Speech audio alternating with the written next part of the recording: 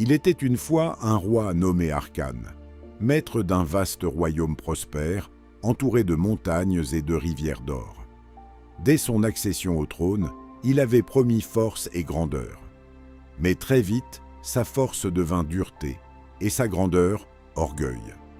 Arkane ne supportait aucune contradiction. Il parlait, et les autres se taisaient. Il ordonnait, et tout devait s'exécuter sans délai. Les conseillers qui osaient proposer un avis différent étaient humiliés en public. Les villageois qui se plaignaient des impôts trop lourds étaient punis pour manque de loyauté. Même les anciens du royaume, autrefois respectés pour leur sagesse, furent écartés parce qu'ils refusaient de flatter son ego. Le roi pensait que la crainte était la forme la plus pure du respect. Il confondait silence et admiration, soumission et fidélité. Dans son palais immense, aux murs couverts d'or et de marbre, il se croyait invincible. Mais un royaume ne tient pas seulement par la peur. Les années passèrent et le peuple, épuisé par l'injustice, commença à murmurer. Les soldats eux-mêmes, fatigués de défendre un souverain qui ne les considérait que comme des outils, perdirent peu à peu leur ferveur. Les alliés se firent rares. Les frontières devinrent fragiles. Un soir d'orage, alors que le tonnerre grondait au-dessus du palais, une décision fut prise. Les conseillers restants, soutenus par une partie de l'armée, déclarèrent qu'Arkane n'était plus digne de régner. Il n'y eut presque pas de combat. Trop peu étaient prêts à se battre pour lui.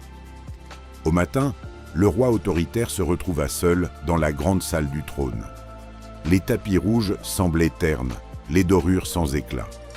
Pour la première fois, il n'y avait ni garde pour s'incliner, ni serviteur pour applaudir ses paroles.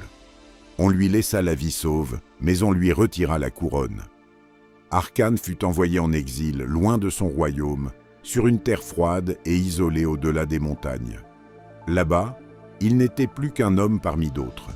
Personne ne s'inclinait sur son passage. Personne ne tremblait devant sa voix. Les premiers jours, il resta en colère, persuadé d'avoir été trahi. Puis, lentement, le silence l'obligea à réfléchir. Il repensa aux regards blessés de ses conseillers, aux supplications des villageois, aux avertissements qu'il avait ignorés.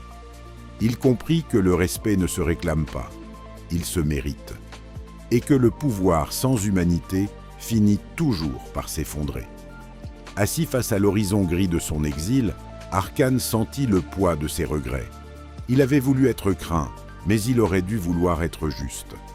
Il avait voulu être obéi, mais il aurait dû apprendre à écouter. Et dans cette solitude amère, il réalisa que la plus grande perte n'était pas la couronne, c'était la confiance de son peuple qu'il ne pourrait jamais reconquérir.